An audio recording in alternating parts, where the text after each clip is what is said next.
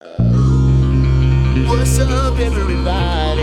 It's Mr. Talkbox. Check it out. You need to like, subscribe. Come on and catch a motherfucker. Boy, DOA playlist. Let's get the funky.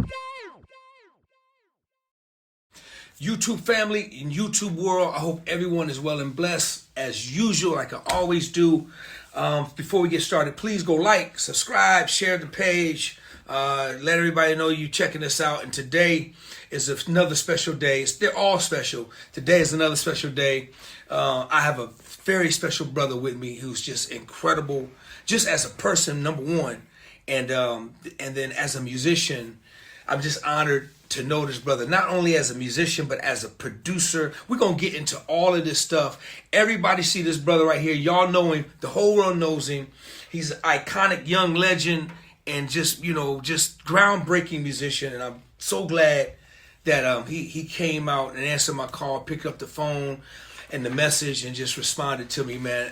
I'm honored today and blessed today to have one of the greatest cats in our business and one of the most influential players and people in our business, man. Y'all show your love for this funky ass nigga right here. Excuse my French, I'm gonna edit that out. No, that's good. But I gotta keep it a buck. I can't lie. Y'all show your love for my brother, Gorden Campbell. G Money, what's up? What up, man? DOA. Man. What's good, man? G, man. Brother. Thank you for having me. Thank you, man. It's an honor to even be called, so I appreciate it. Brother, listen, G, no. I don't know why people say that, but brother, this is my honor, my pleasure. Thank you for blessing me, man, to be here and sharing your story and talking and conversating, chopping it up with, people that's on my platform, man. We get a chance to give you your flowers, man, and love on you today and hear some of your stories, man, and talk about, the grind and the journey, a little bit about the journey that you've been on, because it's been incredible, man. You've been on an incredible journey, man. God has had his angels surrounded around you, man. I was going to say, it's a blessing. Man. It's a blessing. That's how I look at it. Brother, and it shows, man. Your work shows. And it speaks for itself, man. G, how you been, little bro? I've been great, man. Like, no complaints at all. I can complain, but, ain't nobody listening anyway. But, everything, honestly, with everything going on, I've been doing well. Like, everything is well. I feel well. My health is good. I just feel good. Good, man. My family's cool. How about you? Man, I've been good, G. I've been good, man. Yeah. For the new year coming in, and already, man, God is just opening up tons of doors already, and he placed you here at this moment, at this time, to hang out with your brother, man. And I thank you once again, man. G, let's get into it, man. Let's go. Right. G, where you from? Where you from, little bro? I'm from a city called Newburgh, New York. It's about 60 miles north of Manhattan. So it's not technically upstate, but, most people call it upstate New York. Upstate New York. What's the city called? Newburgh, Newburgh. It's right past Westchester, Nyack, Mount Vernon. So it's close to the city. Wow. So what was it like growing up there, G? What was it like? Well, for me, of course, like probably a lot of our people, we grew up in church. I grew up at my grandfather's church. My grandfather was a pastor, Best Temple Church of God in Christ. So it's a lot, Kojic, it's a lot of music. So I grew up since I was like 4 or 5 on the drums at church. They would let me play for the children's choir every Sunday. They sang one song every Sunday, the youth choir. And I became the drummer. And then at some point, the older guys that were playing drums at the church stopped coming. They start hanging out on the streets or whatever. So I kind of like, just by nature of being, by default, I became the regular drummer. But Newburgh was cool. Newburgh is a small town. Like I said, it's close to the city, so a lot of us go back and forth all the time. Like, a lot of my neighbors were NYPD, and they would just commute back and forth. So, it's just a small town, but it was a good family-oriented town. Just that in church, school, started playing drums in I was already playing at church, but then by fourth grade, back then in fourth grade, you pick an instrument if you want to be in band. So I was already playing drums. I was like, drums, you know what I'm saying? I started taking lessons and all that, did that all through elementary, middle school, high school. And then doing all the church convention, all the Kojic stuff going. Back then it was called UNAC. Now it's called AIM. So I grew up going to UNAC every summer, and that's how I met like Sput C. Wright. That's how I met Doobie Powell, Lil Jon Roberts, Myron Williams. It was so many people. Eric Reed, the organist. Just so many people that I'm cool with now that we met as little kids going to these Kojic conventions every year, every summer. Wow. So, G, let's back up just a little bit. So when you were a kid growing up, the OGs in the church, the older people, they switched over and you became like the main drummer for the church. Yeah. How old were you? Yeah. How old were you then? Probably 7 or 8. 7 or 8. I was young. Now yeah, was maybe. Mm-hmm. Yeah. I can't even remember. Yeah, I had to be probably 7 or 8 when they kind of stopped coming. And then that through 18 when I left for college, I was the drummer pretty much. Wow. And my uncles, you know how it is when you have a pastor, their kids usually do the music.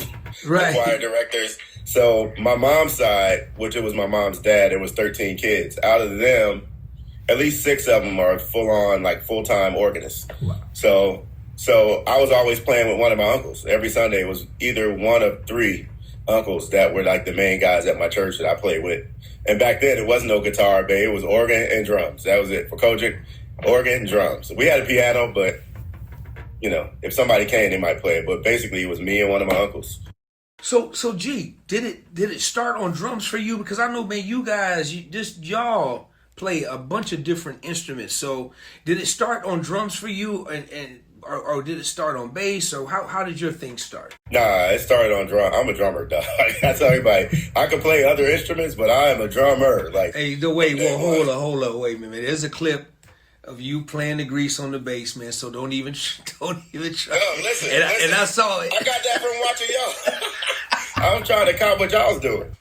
Okay, I'm a drummer though. I'm a drummer for real. And it was funky, I must say. So it started with drums. It started with drums from the time you were a kid till the time you said you graduated 18. Same church for the whole time, the duration.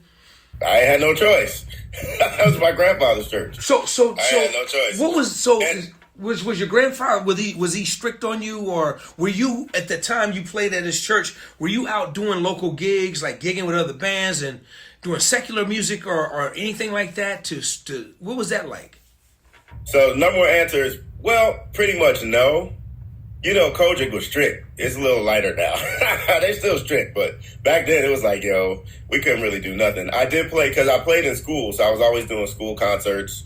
And by the time I got to high school, I played in marching band. So I was doing different things musically, but it wasn't a lot of. And Newburgh is a small city, so there wasn't a lot of bands playing around town. I did get offered one time, and I remember this just because I started thinking maybe I could be a professional. I was probably in 5th or 6th grade, and I played the drum set in my elementary school concert. And some guy came up, and he was talking to my mom like, we have a band and we need a drummer. Which they offered me a gig, and I never get Jimmy somebody. It was a polka band, which is crazy. A polka band, like I don't even know what that is, but they heard my plan and I guess they heard the potential. And was like, yo, and I don't even remember why I didn't do it. I don't remember. Because my dad was a more strict one, like, nah, you don't need to be out there doing that. But my mom would be like, nah, let him, he needs to grow. He needs to, so she was my advocate for all the stuff, So, yeah, I didn't play out a lot as much. It was just church. But going to Kojic conventions was big for us, because back then they used to do live albums called A Song Is Born. UNAC 5 and Matty Moss Clark was the minister of music for the National Church, and Twinkie was an organist. So I grew up like a little kid just watching them. And we would all go, and if you could play, you would get a chance to play on one of those recordings. So like I said, Sput, Doobie, all of us was like little kids walking around the conventions with our stick bag, like just wanting to get on. So that was my outlet to play kind of on a higher level than just at my church. And then I was in a group in probably 11th and 12th grade called Shining Light, which was a gospel group, which was part of they were a different church, but we were all under the same district and the same jurisdiction. So we fellowshipped a lot. They had a group. and they were all older than me, but they put me in the band. That was the first group I played with where we did concerts where I had a monitor. Like, I had never played with an actual monitor before. I had none of that stuff. And we were open for commission. We opened for BB and CC. So that was my first, like, 10th and 11th grade. Outside of going to UNAC and playing those huge conventions, that was the first group where we rehearsed a couple times a week. And then whoever was upstate, we opened for Take Six, for BBCC, commissioned probably twice. Like, so that was, you know, and I backline, like, what kind of drum set you want to use? I'm like, yeah, they're going to rent gear. I didn't know what backline meant then. I was in 10th or 11th grade. This is like 80, 87, 88. So that was my real entry into, like, actually being a professional drummer outside of playing at church and, you know, marching band and stuff like that. Man, when you say 87, 88, I'm like, oh my God, 10th grade. I'm like, oh, brother, man, you. Where was you at in 87? Oh man, dude, a grown man hustling in LA, man. That's crazy. Yep. Hey, G. So just real quick, so in your household, because your family, you know, Kojic and I, you know, strict, and then it was about church. Were you guys allowed to listen to music in the house? Were you allowed to listen to secular music at all? Or what was that like? Not really. It was mostly gospel. Mostly gospel. Mm-hmm. If I heard something secular, it was either like from school, like, of course, because that's right when hip hop came out, and I'm right in New York, pretty much New York City. So all of the Sugar Hill, all of that stuff, I was getting just from being at my homie's house, my little friend's house, or just, you know, New York, we hang out on the streets. Like, even as kids, we riding bikes, we're always outside. So you hear cars going by, or you sitting there and one of their bigger brothers got it playing, you know. So I always heard it. But in my actual house, it was pretty much gospel. But my family, like I said, you know, most of my aunts and uncles either directed the choir, sang, or played organ, or, you know, played an instrument. So we're super musical. So anything new gospel that came out, we had all the new gospel, you know. And then one of my uncles, was his best friend was the supplier in New York City. If you go to New York, any concert, he was always out front selling records and cassettes and all that. So whatever he got new, my uncle would have. So whatever he got, so it was always music, but it was mainly, you know, gospel. It was Hawkins. It was Swan Silvertones. It was my dad, you know, he's from down south, so he loved, you know, all the quartet, you know. So Dixie Hummingbirds, yeah, all of that. I'm talking about 8-track. We had the 8-track in the car. So I grew up with that. But then for me, I grew up on Thompson Community Singers, you know, Milton Brunson, Winans, and then Commission was a little later. Florida Mass Choir, all of, you know, of course, Hezekiah, Timothy Wright, Institutional Church of God in Christ, all of those records, J.C. White. Like, I know all them records inside now. Every Hawkins, anything Joe Smith ever played on, I know literally every single beat, every lick, every chord. That's what I studied. Yeah. So Gorden, after 18, you graduate. What happens after 18? After you graduate? I left for college. I went to Howard University in D.C. And I was a jazz studies major, so I was in fine arts. So D.C. is where I really started branching out in the secular or just not gospel music, other stuff. Like, it's funny, when I auditioned I had to go down to Howard to audition for the jazz program, and I never played straight ahead swing. Like, the jazz band at my school, we would play more basic. It wasn't even straight ahead traditional. It was like, you know, it wasn't like big band charts. So I didn't even know how to swing at all. So I auditioned, and the actual band leader was like, yeah, you can't play left-handed. Because he was like, that ain't, you know, and I couldn't swing. So he just assumed I couldn't play. But the director of the jazz department was also at that audition and was like, nah, like, he got something. And he's the reason I actually ended up going to Howard. The head of the jazz department saw something enough in me to go, no, he can play. And so I had to learn swing, like, straight ahead, literally, you know, probably from my first day at Howard. And even before that, the records I had, because my cousin was a drummer, Al Bolson, he played with Timothy Wright in Brooklyn. He was Timothy Wright's drummer. So a lot of them songs that y'all know from Tim, that's my first cousin playing drums. Wow. So I'll go to his house, and he had a bunch of, like, records, like Billy Cobham, and it was one like Billy like that with a big drum set. I'm like, who is that? And he was like, Billy. So I went and found a Billy Cobham album. So that was my first introduction to listening. And I could play that in my house. And then I got some Joe Sample with Omar Hakim, Marcus Miller. Like, those are my first entry. But it still wasn't straight ahead jazz. So once I got to Howard's, when I opened up, to playing, traditional jazz and listening to more like Chick Corea and Schofield with Dennis Chambers, all that stuff. So at Howard, did you finish Howard? How many years did you do at Howard? Yeah, I actually finished, which was crazy. I left before school. I was supposed to graduate May of 1993, but this group called Shy came out in March of 1993. So I was in that semester of spring break, and then I had one more semester to graduate. But Shy ended up blowing up. And If I Ever Fall in Love, that song, they ended up blowing up. And Chris Dave was also at the school with me. Me and Chris basically, it was another guy, Mark Prince, Aaron Walker, a couple guys, but me and Chris were actually the drummers for the jazz band at that point. And they wanted Chris to do it because Chris is like a prodigy. Chris, since day one, has just been like, I'm more like that under the radar or whatever. So Chris was supposed to do that tour. He got mint conditioned literally the same week because Mint came to Howard a couple times, and I'll make it quick. Jimmy and Terry, I guess, was bringing Mint on the HBCU tour when Pretty Brown Eyes came out. Michael Bland was the drummer. And they was like, yo, this band is in there. Jimmy Jam and Terry Lewis is in the Student Union building. We call it Blackburn Center. So we all go over there and meet Chris, Raymond Angry, a bunch of us. And Mint Conditions playing. We had never heard of him. Michael Bland's on the drums. So we met them and said hi, whatever. And we was like, yeah, we're drummers. And some kind of way, they told Chris, like, well, Michael Bland is about to leave. He's going to play with Prince. And this is the beginning of New Power Generation.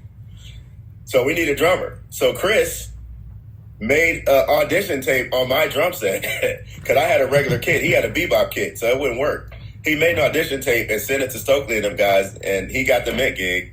And he was like, yo, they want me to do Shy, but I can't do it. You gonna have to do it. It wasn't even like you want him. He was like, you gonna have to do Shy. Chris Dave literally put me on it. And then a week later, I'm in LA because they moved to LA. So we're out here rehearsing. I left school. And, I told my parents and everything. They was like, just promise you'll go back. And, I just have one semester left. So make a long story short or, whatever. I ended up after the Shy tour, that was March 93 to the rest of the year. Like we were basically in LA and doing Al Heyman Bud Fest. We did probably 2 of them between March and then we finished in December. So January 94, I went back and by May I was out. I graduated. But I had to I did leave before I graduated. I had to go back, and they let me do my last semester, my senior recital, all that. Knocked it out. 2 days after graduation, I'm back in LA. Wow, that's crazy. And never went back.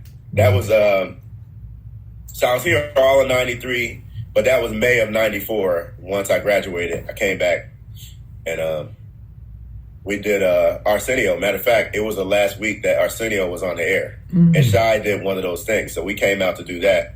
And my boy Tim Carmen was like, yo, Gerald Albright's going to need a drummer. Gerald and Layla need a drummer because Lan Richards is leaving. And Lan also went to Howard. So it was like a whole thing. So I literally sent a video of these different shows I had been on with Shy to Gerald Albright. And that's how I got hired with Gerald. And I lived on Tim's couch for probably 6 months. He let me stay on his couch. So that was my entry into actually moving to LA. Wow, man, that's beautiful, man. That's shout out to Chris Dave, who's phenomenal, and shout out to my boy Tim, man. Tim Carmen is just a monster. And so that was the beginning, man, of your professional life, and just so you were in LA for good. You just uprooted your life, and you've been in LA ever since. Yeah, and the crazy part is I didn't want to move to LA. Like I said, I went back to DC. I love DC. That's like one of my favorite cities in the world. And after graduation, I graduated on a Saturday. Monday, I'm flying to LA to do Arsenio. And Tim was like, well, just stay with me for a minute because Gerald's going to need a drummer. I ended up getting the gig with Gerald and Layla. And I was like, yeah, I'll do these shows. I'm going back to DC. Every single time, and I had a flight. Every time I had a flight to go back to DC, Gerald had more dates. He was like, all right, well, we got this date this week. And it just kept going till by that summer, by June, July, Gerald got the tour opening for Frankie Beverly and Maze. So it was Gerald and Layla opening for Frankie Beverly. And then I was like, it must be meant for me to be here. In my mind, I wanted to go back to DC. I just love DC. Wow. Now And you're like, talking about two of my favorite people, man, Gerald Albright, Layla, man, and Yep. you know, it's just crazy, man, how we all have just so much in common, man. It's just a big circle, man. You Yeah. know, and you know, Gerald is just such an 2 amazing. degrees of separation. Oh my gosh, man! And Layla is my all-time favorite, man, and Gerald is just such an amazing person, an amazing Yep. player, and to see your climb through that, and because you're still so after. How long did you play with Gerald, man? And then take me through the steps, man, of some of your people of your career. So, and I have to say, Mark Walker. I don't know if you know Mark Walker, the bass player from DC. Okay. Cold-blooded. Okay. Oh my God. Shout I know out to you Mark. would love Mark. Okay, so, Mark. Mark and Tim were like god brothers, and then Mark was on bass on the Gerald gig. So it's funny. I'm in DC watching them. They did Arsenio Hall, and Tim, I think Dave DeLone, Patrick Moulton. And Mark was on bass and Lan Richards. And I was watching like, man, one of these. And then Tim calls like, yo, Lan got another gig. So if you coming back to LA, I could put your name in. So I have to say Mark Walker, he was there. Right on. And we came up together. And me and Mark did Shy together too. And Right Raven on. Angry, we were all the band for Shy. So yeah, from that, I just kept me. At first, I do have to say, on the Shy tour, and this is '93, so this is technically before I actually moved to LA. It was Shy, SWV, Silk, H-Town, LL Cool J, who had Lakeside playing with him. The band Lakeside was his band. Oh, Whoop, there it is, tag team. Who else? MC Light, I think. It was a couple other artists. But from that tour, I got to meet Kern, Valdez, Gerald Hayward. I knew Gerald because he's from Brooklyn and we all Kojic. So he didn't really know me, but he was like our idol growing up. So but that's where we became friends. Lauren Dawson was on keys. He was straight out of high school playing. They were the band for SWV and Silk. I ended up doing some dates with Silk because Gerald broke his hand during the middle of the tour. So saying all that to say, from that tour, that's when I started developing, knowing all the crew guys, all the front house, the monitors, all production managers, because it was every artist had their own, and that's what kind of opened the door. So simultaneously, Tim got me on Gerald and Layla. I'm doing that, but then the guys from the Silk crew, it's starting to bubble for me, so I'm starting to work, and now I'm in LA, where a lot of the gigs start, Exactly. most of the time, if you're rehearsing for something, it's usually in LA for any tour or any dates. So now I'm staying here at Tim's house. The floodgates just started opening up. That's crazy. Now, and what year was this, Gordon? 94? 94. Well, actually, 93 was the Shy tour, 1993. Yeah, and then 92. And then 94 is when I came, and that's when I got the Gerald Layla Yeah. gig. And then from there, just different people. So yeah, so name some of the people. I want to talk about some of the other people that you've actually sit down and work with, man, because it's incredible, bro. It's incredible. Okay. All right. I'm gonna try to go a little bit chronologically. So Okay. Gerald, Layla, I played with them from 94 pretty much to 99. I worked with them almost consistently till 99. But then after that, I did Shy, I did Brownstone, I did Rasan Patterson, Eric Benet. And I have to say, at that time when I came here, there wasn't that many drummers that literally grew up in church with like what they would call like the gospel sound. I don't want to say gospel chops because I was still, trying to play the music. It wasn't, but with that swing, that gospel New York Church of God, it wasn't that many other guys. It was like Donnell Spencer, Derek Organ, Jess Suttles. But then the older guys like Harvey and Dugu, they weren't doing these new artists. So I was like the only guy out here. So I had gigs galore, like Rasan Patterson's first album, Eric Benet's first album, Brownstone. I probably was their second or third drummer. Kenny Lattimore. And then from there, I used to play it every week with Cornelius Mims and Don Wyatt and Ricky Rouse, called Clueless, promoter Roland Word. And Robert Brookins would come in every Wednesday and come sit in with us. And he would sit literally every Wednesday, Brookins would be there. And that's how I met Robert. Well, actually, I met Robert at Jeffrey's one time playing with Raymond McKinley and Jamie Hawkins. I was up there with Gerald, and we just went to that spot. What's the name of the spot? I just said it. Jeffries, yes. Yeah. So that's how I met Robert. But then after that, he just started coming to that spot. He introduced me to Philip Bailey, And Derek Organ had just left the Philip Bentley gig, which is separate. He would go to Japan. And I met Philip. And I did maybe 2 or 3 years going to Japan once a year with Philip for like 2 weeks. And then we did like a 2-month run once with Philip and a huge Japanese artist. From there, they just called me one day. It was like, yo, we want you to do Earth, Wind, and Fire. Okay, let's stop right there. Let's stop right there, man. I was waiting for EWF, man. I mean, everything was just is ridiculous. But okay, what was that feeling like, Gorden, man, when they said we want you to play with Earth, Wind, and Fire? Well, come on, man. 4 years old, coming up to, how old are you now with Earth, Wind, and Fire? Or when they offered you 28 or 29. Okay, 28, 29. So 24 years later, right? Here you are getting an offer to play with the biggest band, the greatest band in the world. And Maurice was still very much around. Man, what was that feeling like for you, bro? So first, let me say, even though I grew up where it was mostly gospel in my house, everybody knew Earth, Wind, and Fire. They were like a household name. If you saved or not, everybody knew it. But when they originally called me, because like you said, I produced too. So all these years, I'm trying to really focus on production. I want to stay in town. I got a manager that's trying to help me get placements. And back then, everybody was getting pub deals. I'm meeting with DreamWorks. I'm meeting with everybody working on a pub deal for my production. Right. So when they called, I said no. I was like, nah. For one, it's humbling, but you almost made me choke, man. Listen, I'm always that person that's trying to think like long term. Like my producer friends was like, if they got one hit, if they got a song on a hit record, back then they were becoming millionaires. So I'm looking at, I love playing and I want to play in Earth, Wind, and Fire, But I really was like, because I need to focus on my production. And Robert was like, yo, you could bring your stuff on the road. Back then, it wasn't no laptops yet. So I had an MPC 60, which is the bigger one. I had a 60. They was like, just get a case made. So I got a case made. I had a small rack, and I had a D50 keyboard. And they was like, yo, they'll bring it to your room every day.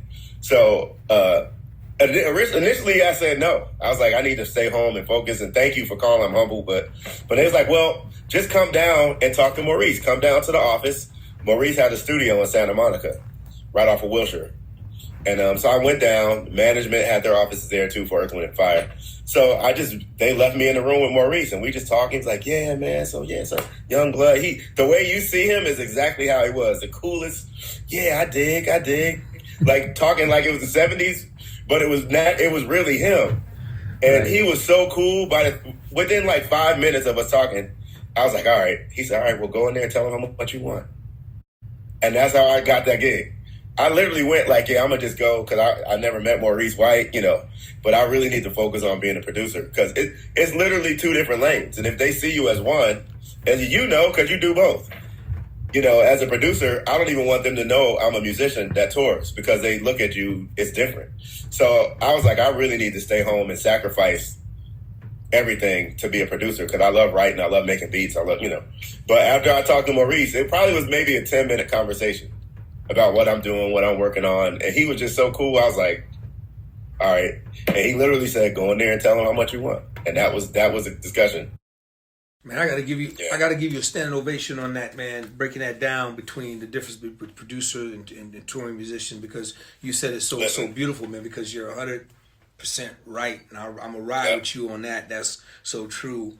But the fact that you turned it down, I mean, man, that's like, every drummer in the world, man, to play with Earth, Wind, and Fire, it's a no-brainer. You ain't got to audition. They just want you to play. And the fact that you said no, and then, you sit at the table with Maurice White, the Maurice White, man, and he's talking to you, and man, dude, that must have been crazy. But I respect you for that, G. I really, really respect you even more. I didn't know that story, but that's powerful, and I respect that. Now, you're on and hindsight is 20/20. Yes. I'm like, you idiot. You should have just said yes off the bat.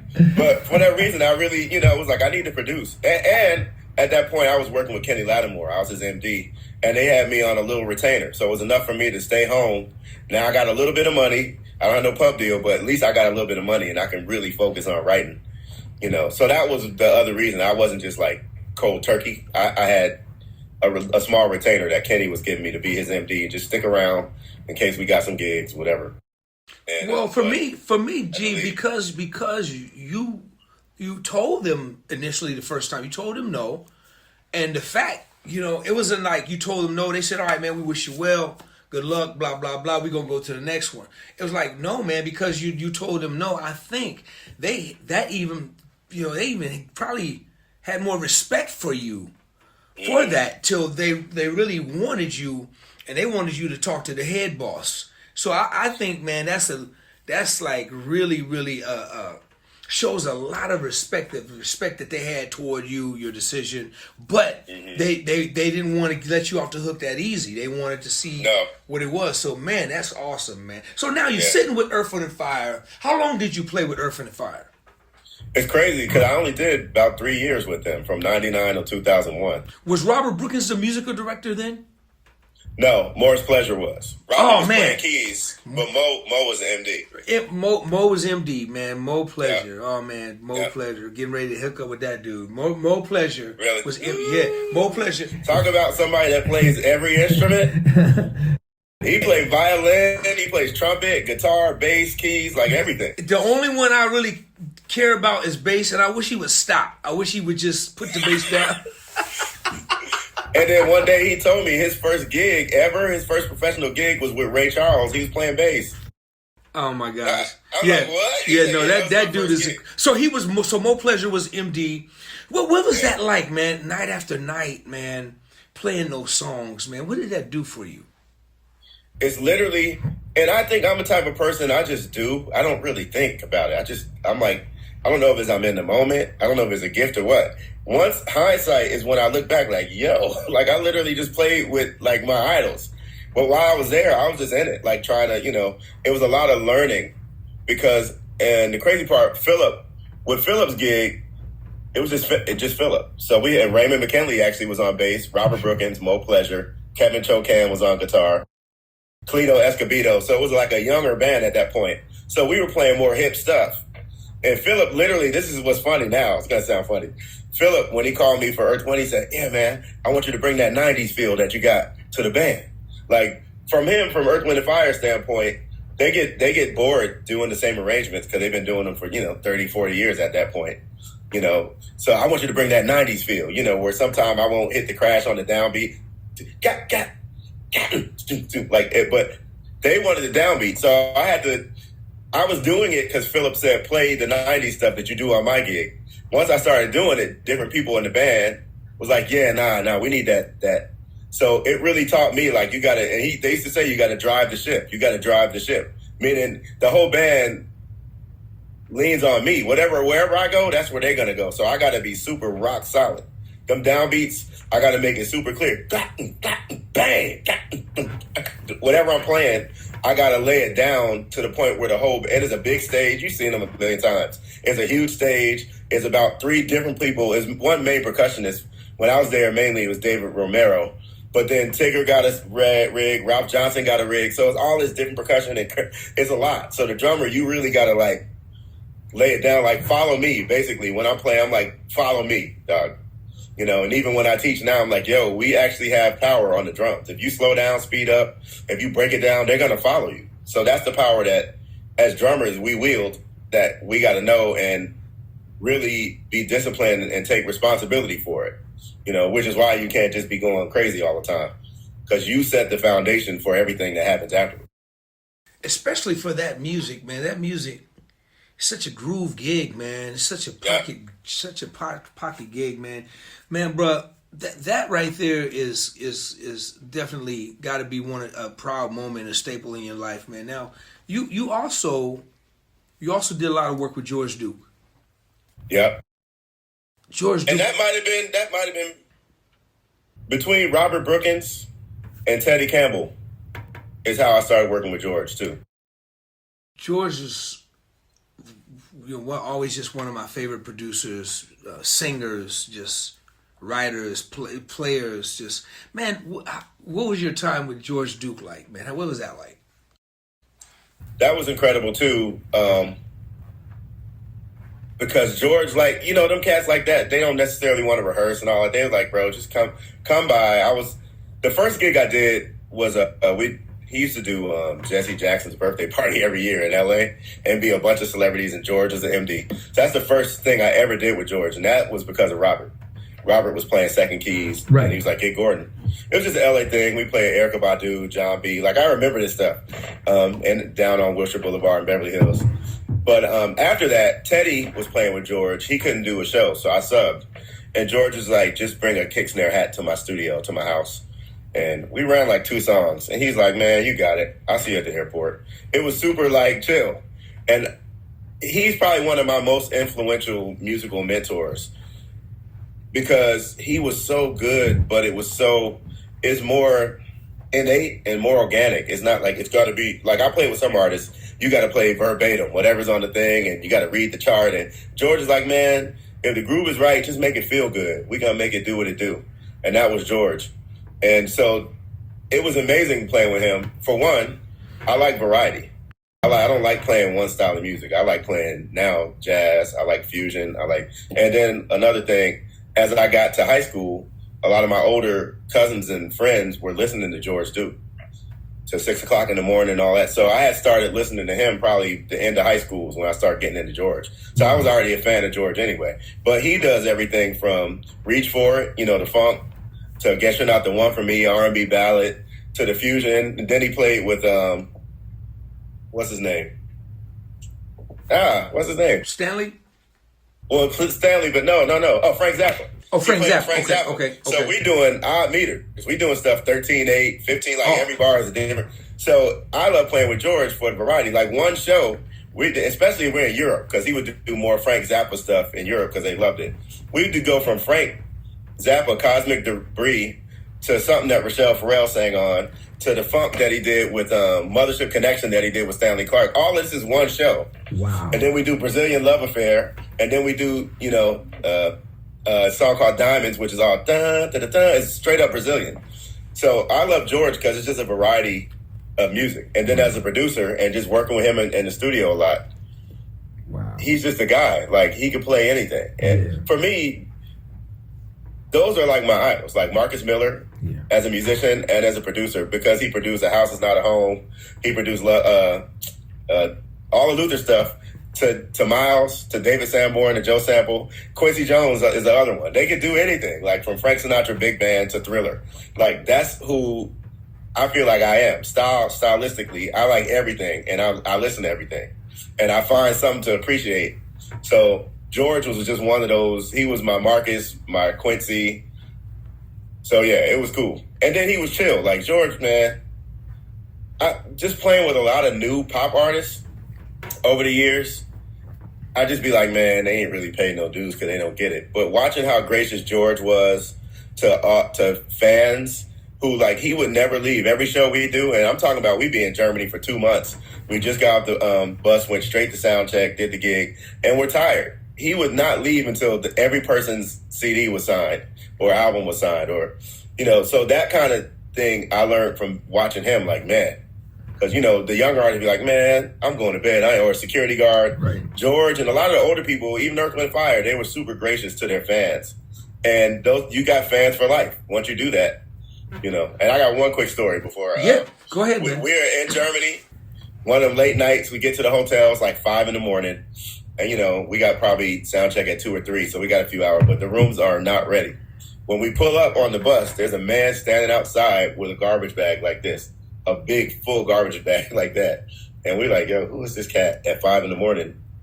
When we get off, it's like, he's like, George, I'm your biggest fan. He had he had a German accent, speaking English. And our rooms weren't ready. So we sitting in the lobby just waiting for the rooms to be ready. This dude starts pulling out, can you sign this? Can you sign this? George literally, and we're tired. It's like 5 a.m. He literally signed every single piece of music that this guy had in the car. It had to take him like probably 20, 30 minutes. And he was just going, he was like, oh man, I forgot about this album. He had records that George forgot about, that are George Duke albums or anything he played on.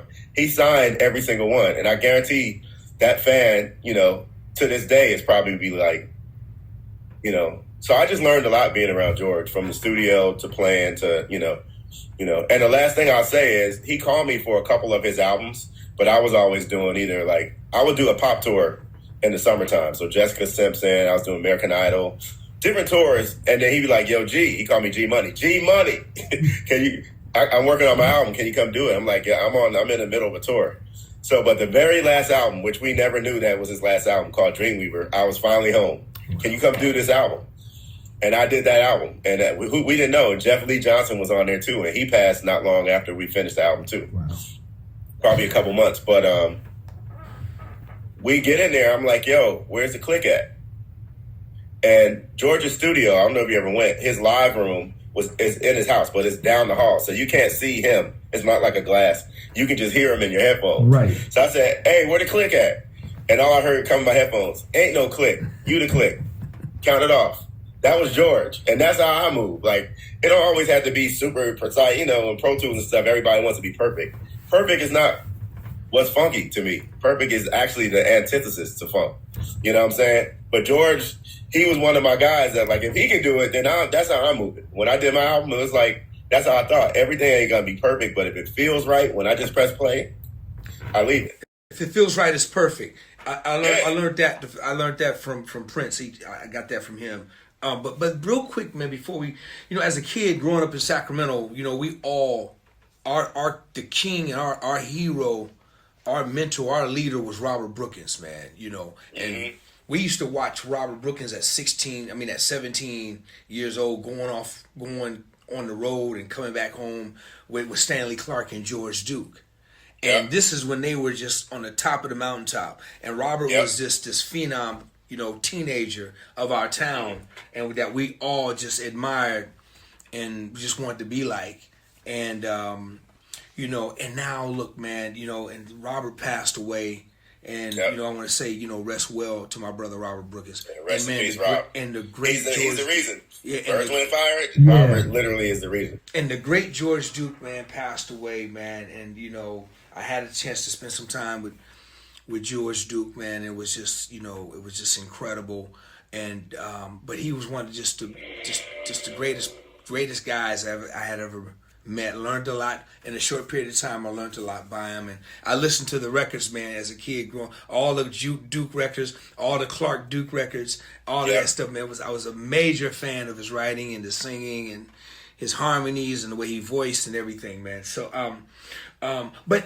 it's perfect, man, because you talked about how, you like diversity, you like different types of stuff, and so let's go into this, G, because we can talk about your drum career for forever, but moving into the production side, I think that's good, man, that you are a producer that just don't think one way, that just don't listen to one type of music, don't listen to one genre. If you do, that's fine, but me, I think for me, the greatest producers just kind of can do it all. That's for me. And let's get into production side. So you did the Earth, Wind & Fire gig knowing that what was in the back of your mind and your heart, it was production. You had that thing, sooner or later, this is what I want to be known for. I'm tired of being known. People know me as this drummer, great drummer, phenomenal drummer, whatever they want to attach to it. But now I want people, when they say my name, I want to be known for a producer, which is hard, man, because now you got to reinvent yourself, right? You got to reinvent yourself. You got to put all of that. You got to say no. You got to turn down gigs, even if the money is up top of the mountaintop, or if the money is down in the valley or below the valley. You got to say no to it just in order to be a part of the reinvention, have that faith. And so what was that like for you, man? Or how did that transition happen from you being this drummer who's making a lot of money, leaving the money? I'm sure you left a lot of money on the table, G. You had to. I know. I did. Yeah. So just in order to sacrifice, put your faith in God, put your faith to work for you to move over as a producer. What was that transition like? Man, it's crazy. It happened when I finally did it, and I still say I wish I'd have done it years earlier. It was 2013. I was still touring. I stopped a couple times, and then when times get hard, and I bought a house playing with Earth, Wind and Fire. So, which I'm in right now. I still live in it. When times got hard and people were still calling for gigs, 'cause I never told people, don't call me, I'm producing now. I never said that. I just, if they call, I'd be like, thank you, but I'm not available. I just would say I can't do that gig. Because I didn't want the calls to stop in case of emergency. And that's what happened. At one point, I needed some money. Somebody called, and then I'll start gigging again, or I'll do another tour again. And George never stopped calling me. George, only time he stopped, and this is a whole nother sidebar, he started using Ronald Bruner for a while, because Ronald is like an amazing drummer. So I was doing other stuff, and he got Ronald through playing with Stanley. So he stopped maybe for a year or two, and then him and Ronald departed ways, and he started calling me back up until the time he passed away. But it's hard, like I said, because people see you as a drummer, and I don't know if a lot of people realize this, you get pigeonholed into what you do. If you're a producer, they're like, you can't play an instrument, even though producers, that should be what they do. They should know how to play something. But yeah, so 2013, I finally was like, you know what? I'm really not doing no more tours for a while. I'm going to just stay home. And this is after 20 years of touring. I got another studio in North Hollywood, and I got a huge call for a huge gig. And they called, and I said no. And they got quiet. And it was an OG artist that pays a lot of money that works a lot. I'm not going to say who it is. And one of the homies referred me because he couldn't do it no more. He's like, yo, call Gordon. And the guy called, and he gets quiet. You got another tour or something? And I was like, no. And you could see him like scratching his head on the phone. It was dark, but you could just hear it was quiet, but you could just hear it quiet. He's like, so what are you doing? I said, well, I want to produce. And I really have to stay home to produce. I cannot. And then he was like, man, I've been trying to do that for 30 years. He said the same thing. And what you said, the key word is faith. I literally had got a new studio, which was $1,000 more than the studio that I was already in. And I was like, I got to pay that. I'm quitting. I'm literally cutting off my money source. And it's just faith. And I just did it. And I'm still in that studio. And this is 2013. I'm still in that studio, you know. And honestly, being transparent, haven't gotten to the point where I want to be on the production side. But people talk me into, you should do an album. And that's where it's like, well, I was like, well, maybe if I do my production, my album, they'll hear my production and people will start calling. So I still never all the way got to where I want to be as a producer. You know, it's funny because I used to get mad when people used to introduce me at these Grammy parties and, yo, this is a drummer right here. I used to get mad, like I'm a producer, you know. But I had to really know, that's all they know me by. They ain't heard nothing I put out. So anyway, the transition was not easy and it was faith. I literally had to be like, bro, I'm just going to do it. Whatever happens. So I produced a few things, a couple good things came out. I got a couple good placements. Never got to the place where I really wanted to be as a producer. Like, I want to produce artists, I want to produce bands, you know, but, you know, it just happened. But people still call me for all kinds of stuff. I might mix something for somebody. It's just a variety. But that variety is what's kept me able to pay my bills between playing and producing. Like this week, I'm producing a smooth jazz artist, Andrea, and then I'm producing another friend of mine who's actually really known as a dancer, but he wants to do music. So people are still calling, but I ain't got that major big thing that I wanted to get. Here's how I look at that. Ben, if you're doing what you love to do, you got a gig this weekend, it's major, G. It's major, man. It's major. And I get what you're saying. It's different levels.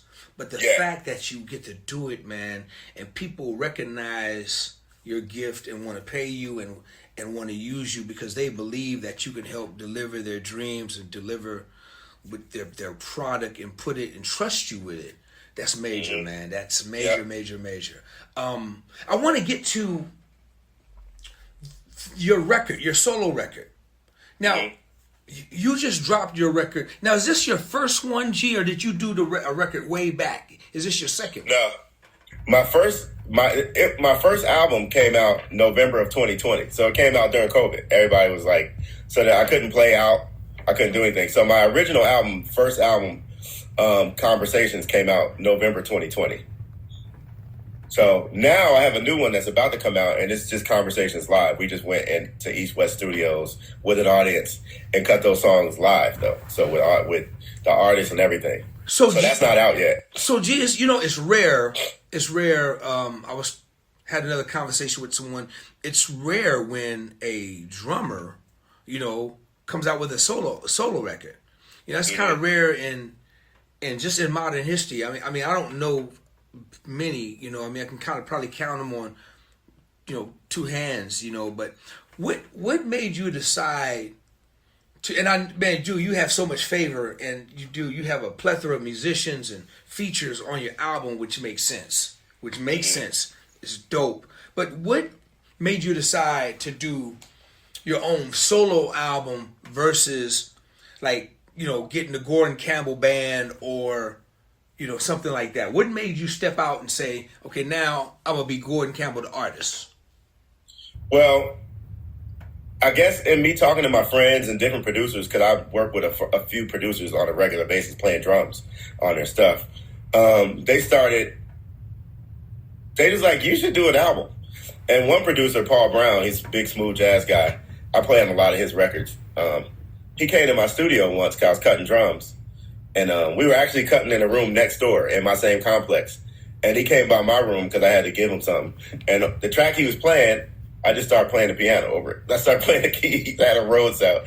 He was like, you sound better than the keyboard player I got on here. Can you replay the keys on this song? And then he said, can you add some percussion? So I ended up playing live drums. I played keys, and I added, I just programmed some percussion loop. He was like, you ever think about doing an album? You should do an album. I'll play on it. Just call me. Wow. And then some of my friends. So to answer your question, I didn't want to be an artist. My friend, we would get into arguments like, yo, I don't want to be an artist. I just want to produce and play. And it was like, you should be an artist. I said, if I do an album, I want to be with my band. At that time, it was E&G band. It was Ethan Farmer, Gorden Campbell. We called it E&G. Eddie Brown on keys, Eric Walls, Regiment, either Taku Hirano or Roland Garcia on percussion. We had the band, and we were playing, and we were doing a lot of stuff around LA. So I wanted to do an E&G band. I was like, if I do an album, it's got to be with the band. But then the Regiment started playing with Justin Timberlake. They were on tour for 2 years. Ethan was already busy, but I think he might have got Lionel at some point in there.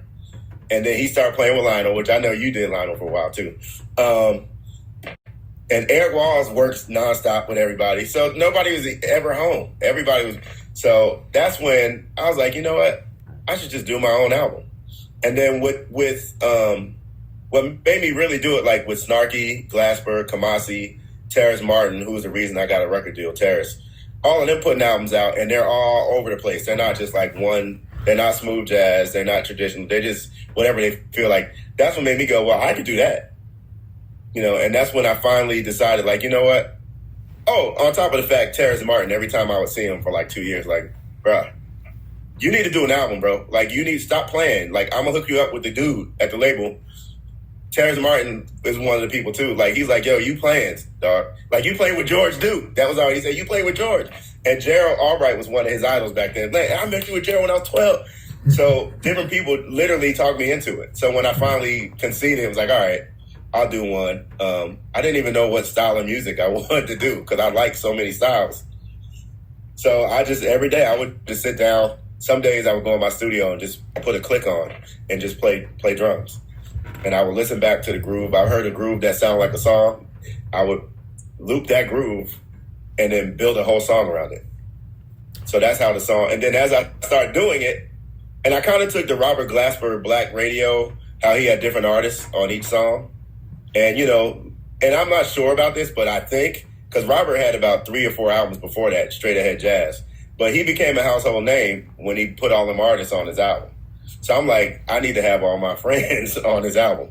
So that's when I called Sheila, I called Kamasi, I had already talked to Terrace, PJ Morton, BJ Chicago Kid, Alex Eyes, all these people that I just know, they all came. None of them charged me. They all came for free. Yo, matter of fact, BJ Chicago Kid, before I got a chance to get the sentence out, I was like, yo, man, I'm about to work on this. Yo, whatever you need, just call me. Wow. I live around the corner from here. Just call me. He didn't even let me finish.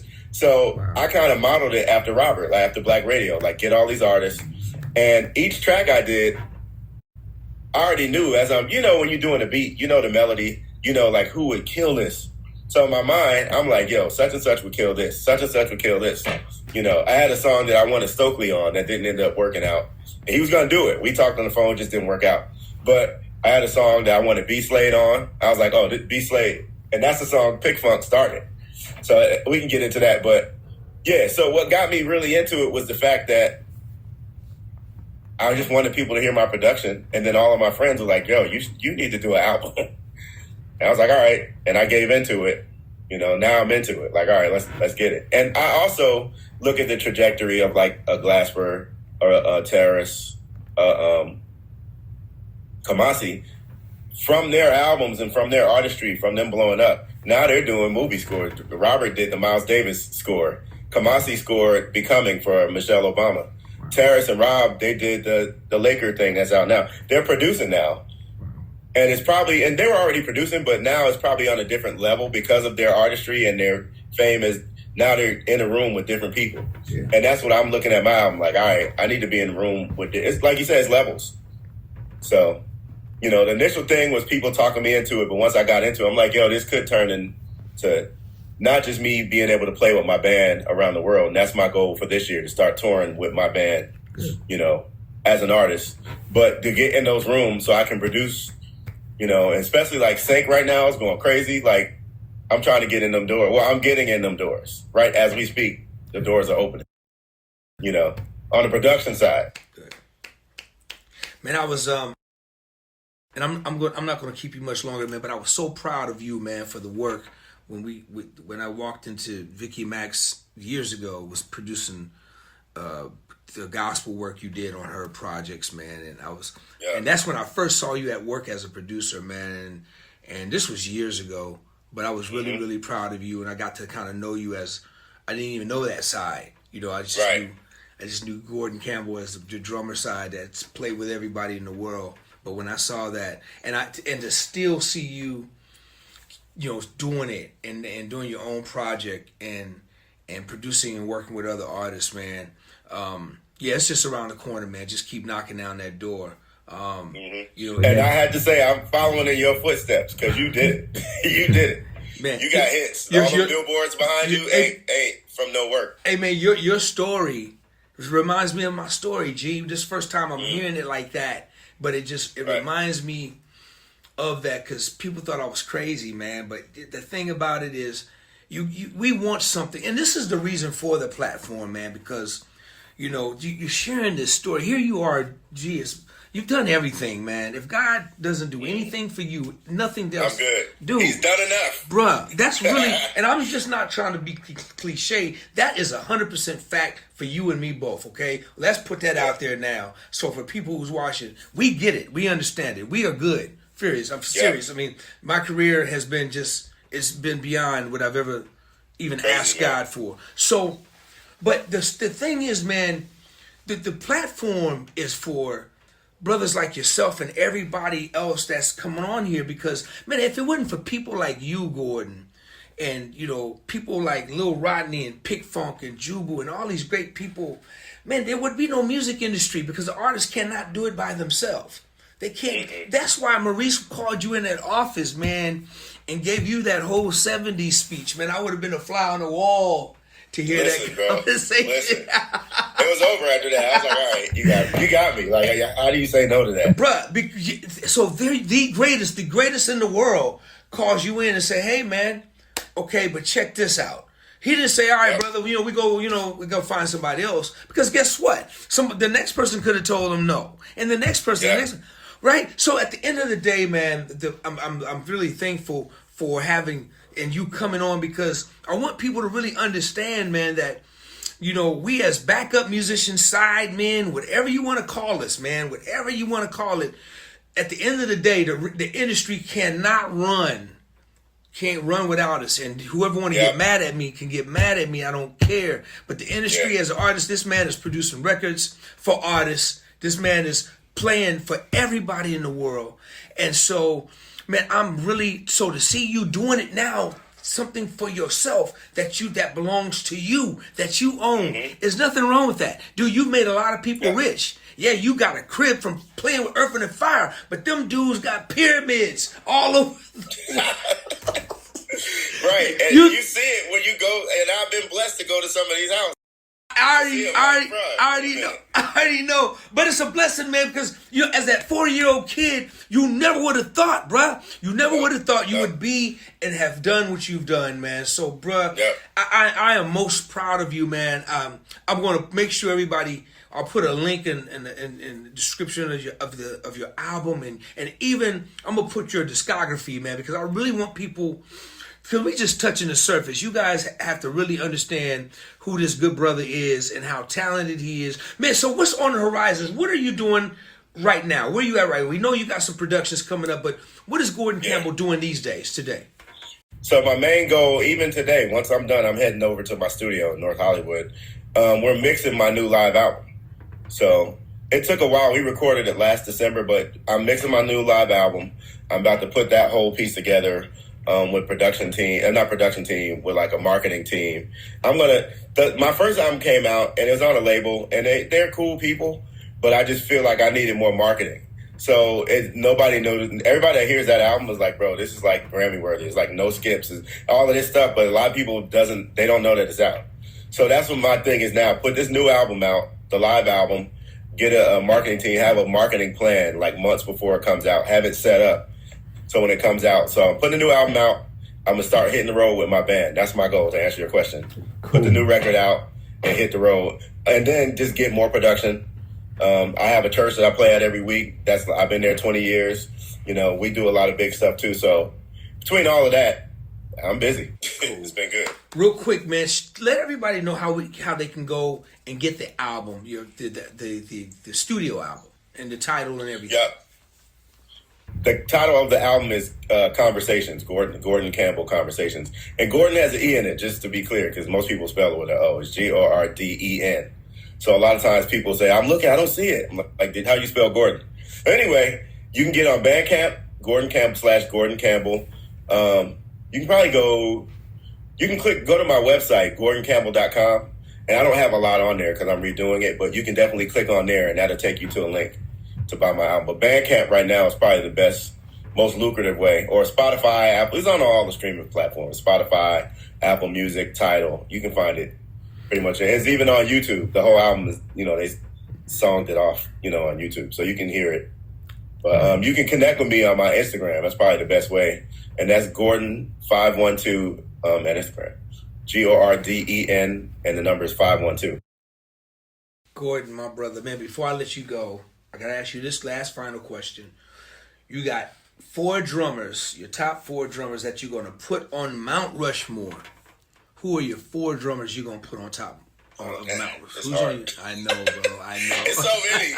So, number 1, hands down, I say this every interview, every time I talk, Joel Smith is my idol. Joel Smith, every Hawkins, every James Moore, anything he played on, Joel Smith is on the Mount Rushmore. So I had to say, all around, Joel Smith, Dennis Chambers, Vinny, who's number 4?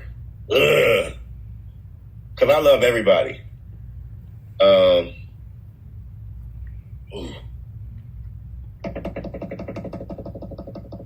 And just for nostalgia's sake, for rest in peace, I say Aaron Spears. That's my brother. We just lost him. That was like one of my close friends, So, and he's different. I saw him in September. We did the Zildjian 400th anniversary where all of us were in Boston honoring different drummers. I don't know when that video is coming out, but I would always tell him, because we talk all the time, I'm like, bro, you different, bro. Like, there's a lot of people that got chops and they call it gospel chops, but your thing is it don't sound like nobody. And that's always what stood out to me, or stands out with any drummer. You don't sound like anybody. You got a thing, and Aaron was one of them people. Not just a great person, but like his drumming, still to this day, and I have him at my studio. I videotaped him breaking down like what he was doing. I have videos of him like, I just did, and it still doesn't sound like when he did it. So, wow. Rest in peace, Aaron. Yeah. And so, Aaron, Joel, Vinny, Dennis. Wow. Well, let me say this, man. For honorable mention, Billy Cobham, because that's one of my first, and Omar Hakeem. Absolutely, man. Listen, the question is almost impossible. But dude, you did a great job. Except, man, here's what I'm gonna do, because I'm gonna put it like this: for you to be at your young age, man, for you to have accomplished so much, man, as a drummer, from the age of 4, and your resume, man, is just, it's just incredible. Your discography is incredible.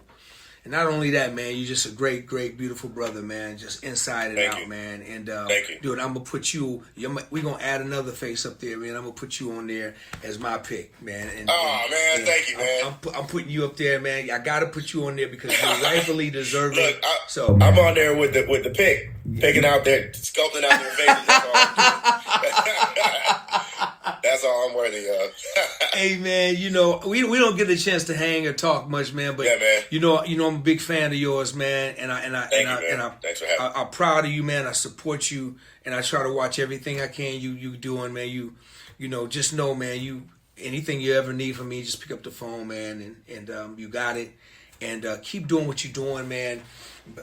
Most importantly, man, just keep being a great person, man. Just keep being a great brother, man. That's the first thing. Whenever your name come up, man, nobody has nothing but positive vibrations and things to say about you, man. So, and that speaks higher. That trumps everything, man. Even your gift of musicianship. So, man, once again, brother. Can I say one thing before you end? Sorry, you said something that sparked something in me. In terms of, like, we've both done so much stuff and work with everybody. For me, I never really stopped and smell the roses, and you made me think of that. And every once in a while I go there, like when I'm talking to my daughter, because we're goal-oriented. So we always got the next goal.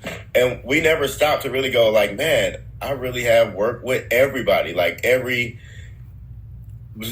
every black artist, from Aretha Franklin to Whitney Houston. I've literally played with everybody, Chris Brown to Beyonce.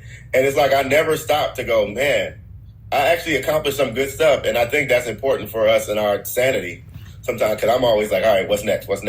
So you sparked that in me to think, like, sometimes, and this is for everybody, sometimes we should stop and smell the roses and pat ourselves on the back like, yo, like you said, from a 4-year-old. And like I said, I never look at it from a kid playing at my grandfather's church where the floor tom leg, the wood had rotted out. So if I'm hit my foot to the right, my leg, it would knock it over. And I'm playing, holding the floor tom up to now where I got too many drums where I can't use them all. It's a blessing, but I put the work in. So you made me think of that. Like, we got to stop and smell the roses sometimes for ourselves. And you can never forget, because what it does, man, it keeps you humbled. It keeps you thankful. Every day, man, I'm here. I'm at my studio 7 days a week. Anybody who knows me will tell you I'm here every day, every single day. And when I walk in my room, I'm thankful. I'm just thankful. I don't wear this stuff outside the box. I come in my room and I'm just thankful to God, and I just give Him the glory and the honor.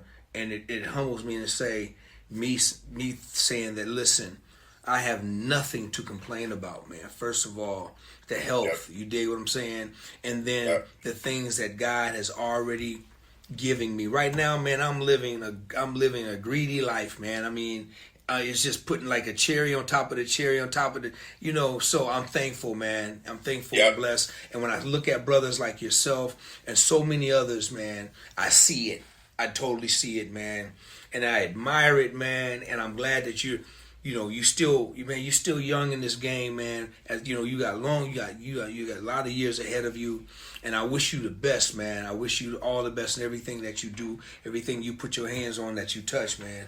I just want it to be nothing but golden, man, and blessings for you, my brother, for sure. Thank you, man. I appreciate that, and I appreciate you calling me. No doubt, man. One love, man. I got a lot of love and respect for you. Love you, man. Absolutely, man. Keep doing what you're doing, G, and we'll be in touch. All right. Thank you for hanging out with me, man.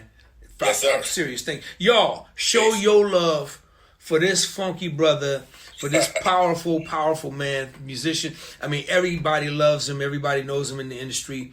He's a first call guy. He is the guy of the guy. He's the top of the food chain in our business, and I love him, and I want to thank him again for hanging out with me, my little brother. Y'all show your love for the one, the very only Gorden Campbell. Give him up. Give him up. Give him up. Power to the people. Let's go. Appreciate you. Love you, man. Love you too, man. Right on. I'll talk soon. Right on. Later.